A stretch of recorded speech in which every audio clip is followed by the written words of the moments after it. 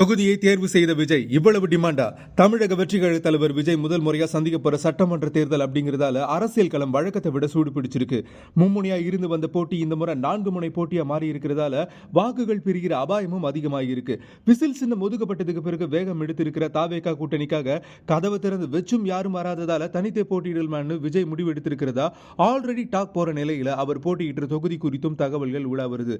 Actually விஜய்க்கு already we sentiment இருக்கிறதால விழுப்புரம், விக்கிரவாண்டி, விருதாச்சலம், விருகம்பாக்கம், வேளச்சேரி மற்றும் வெள்ளிவாக்கம் உள்ளிட்ட ஏதாவது ஒரு தொகுதியில போட்டியிடுவார்னு எதிர்பார்க்கப்படுது. ஆனா தாவேகா ஐடி விங் நடத்தின விசாரணையில வேளச்சேரி தொகுதியில விஜய் போட்டியிட்டா வெற்றி வாய்ப்பு அதிகம்னு சொல்றாங்களாம். அதனால விஜயும் ஆர்வமா இருக்காராம். ஏன்னா 2011ஆம் ஆண்டு தான் வேளச்சேரி தொகுதியை அறிவிக்கப்பட்டுச்சு. மேலும் அந்த தொகுதியில இளம் மற்றும் முதல் முறை வாக்காளர்கள் மற்றும் ஐடி ஊழியர்கள் நிறைய பேர் இருக்கிறதால தனக்கான வெற்றி வாய்ப்பு அதிகமா இருக்கும்னு நினைக்கிறாராம் விஜய்.